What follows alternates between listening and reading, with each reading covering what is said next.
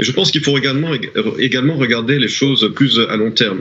C'est vrai que 75, la chute de Saïgon, ça avait été une humiliation pour les États-Unis, mais 15 ans plus tard, eh bien, les États-Unis ont également gagné la guerre froide et c'était l'effondrement de l'Union soviétique. Donc il faut toujours garder une perspective historique plus large. Quelles ont été les erreurs des Américains ?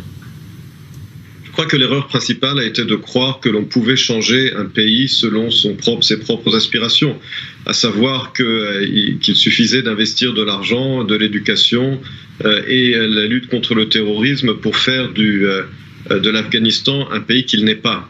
Et je pense que traditionnellement, les États-Unis ont un manque de réalisme dans leur politique étrangère.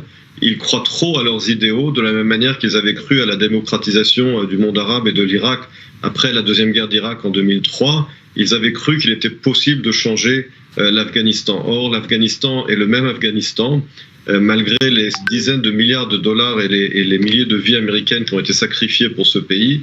Eh bien, ça reste le même pays. Et les États-Unis ont commis effectivement une grave erreur. Les Américains ont-ils terminé avec les interventions dans la région, selon vous ? Je pense que les Américains ont compris qu'il n'est pas possible de changer les pays de la région, ça c'est très clair.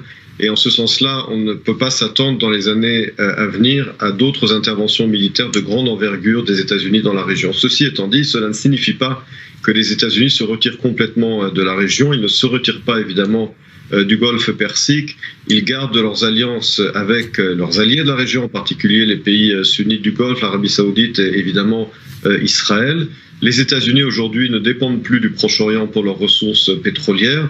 Donc oui, les États-Unis ne s'investiront plus militairement dans des pays comme l'Afghanistan ou l'Irak, mais cela ne signifie pas évidemment qu'ils quittent complètement la région.